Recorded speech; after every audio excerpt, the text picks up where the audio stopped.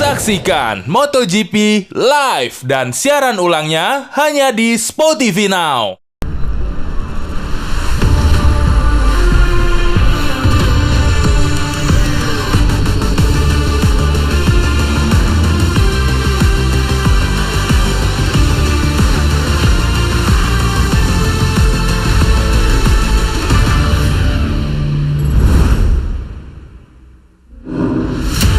MotoGP has landed in Lombok as the battle for 2024 glory moves from Misano to Mandalika.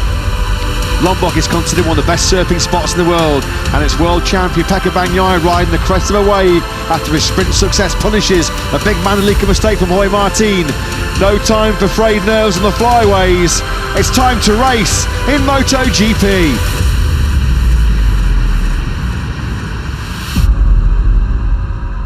It would have certainly cut Jorge Martin deep yesterday with that mistake at turn 16.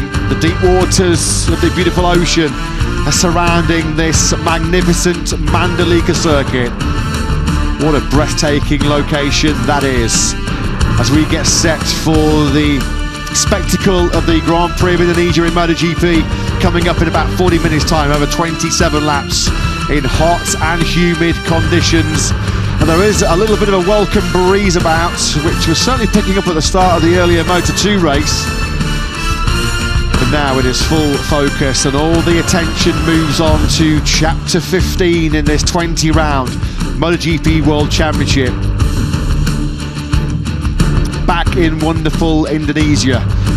As we mentioned, we had to wait 25 long years before we returned to these shores, where we returned to race in front of arguably MotoGP's most passionate fan base in the world. The Indonesian fans have come out in their droves for this race day number 15 to see who will be our winner in the Pertamina Grand Prix of Indonesia. As Miguel Oliveira, of course, 2 years ago, who splashed his way to success for the factory KTM team. Sadly, there'll be no repeat of that brilliance from the Portuguese rider, because he is sidelined. He really did pay for his poor qualifying, having been fastest on Friday and Saturday morning. Martinet to Mandalika is magic. Mr. Pecco, keep number one. The beast wake up. Yes. Well, I think Mr. Pecco, the target is very much to keep the number one for a third successive season. Jones Arca, as he said, he'd love to get a top 10 finish. He has scored points in 5 of the last 7 Grand Prix. His season best on Sundays is a 12th spot.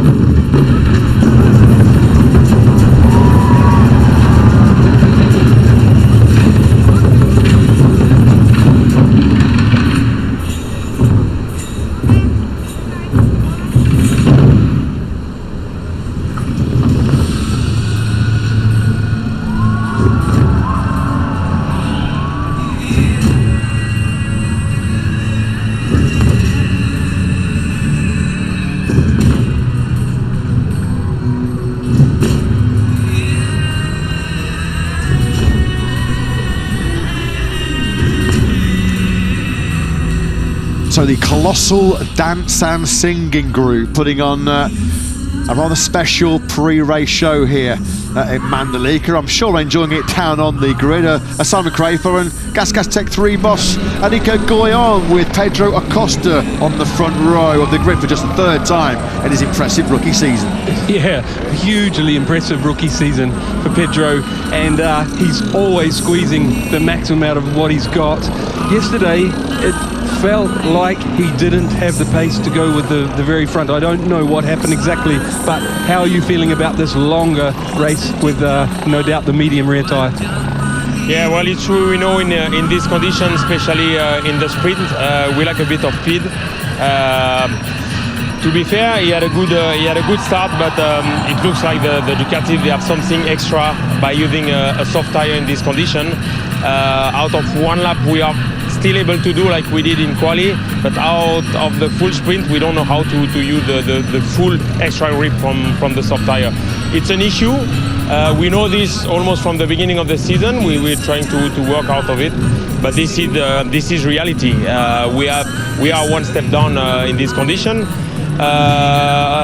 With a medium tire, we hope it should be better. It should be better. Great news. Good luck. Thank you. Yeah, thanks very much, Simon. Thanks to Nico Goyon. Yeah, high hopes for Pedro Acosta, finishing in 6th place he was in that 13-lap sprint yesterday. Acosta feels like, finally, the Piero Mobility Group are putting a motorcycle underneath him where he can race and he can fight and ultimately hope he can beat the Ducatis, which is a tough task at the moment, isn't it? As we mentioned, Ducati beaten only once on Sundays so far in 2024. What a season it has been for the Borgo Panigale champion, who I'm sure will be tuning in, watching back at home in Europe to see if Marco Bezzecchi can give the team the leaving present he so desperately wants to. Of course, it was in Emilia-Romagna last weekend where Marco came to the pre-event press conference and said he's got one wish, one box left to tick, and that's just before he leaves to go to the factory Aprilia team next season, at least one more podium he'd love to give to VR46 Racing. Now then, Jorge Martin in a recovery mode, in comeback mode after his spill in the sprint yesterday. He's had great speed, great pace all weekend, a big threat for the victory here in Mandalika. Let's get the thoughts from the boss, Gino Borsoy. Gino, Jorge Martin has been awesome all weekend. Absolutely incredible speed. Shame about yesterday, but what about today?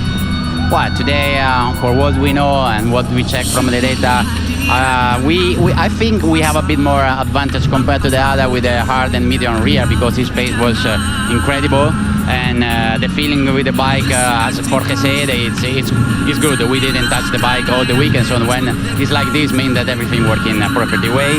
So let's see, the wind is so strong today, especially the corner where he had a crash yesterday. Become even more difficult. You have to pay attention at the first corner to understand how strong is the wind, and that's it. Okay. Is there other concerns for you? For example, tyre durability, rider durability, because at the end of this distance, it's got to be hard. Oh, physically, it's high demanding circuit for sure. He's so strong, he trains a lot, so I'm pretty sure physical side he don't suffer a lot. Of course, will be difficult and tough at the end of the race, but I think he's okay. Thank you, Gino. Thank you. Big day, big race, big 27 laps you feel, isn't it, coming up for Jorge Martin as he looks to block out of his mind the disappointment of the sprint tumble yesterday, going into that 13-lapper. What about 24 hours ago, just under 24 hours ago? I think we all felt it was looking like Martin would certainly stretch out that 24. Almost a crash, and he also lost some position. So then the race basically was done. For today, we changed front and rear tire. We move from soft to hard medium. We also try to improve as much as we could the braking, because it's maybe the only way where we can try to block the others overtaking us, and maybe allowed us to be a bit more aggressive. But the problem is that going out of the corners, we lose some power, and then he can't really prepare an overtake. Thank you, Mayo. Good luck this afternoon. You're welcome. Thanks very much, Simon. Thanks to Mayo Meregali. Let's see what Quartararo can do from 6th place on the grid. It's very, very short. As we can see, the Indonesian president is here on site for this very special occasion in the Indonesian sporting calendar. We will take a pause now for the Indonesian national anthem.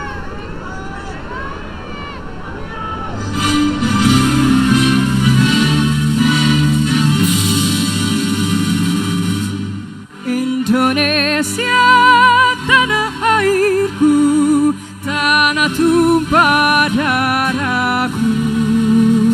Di sanalah aku berdiri, jadi pandu ibuku.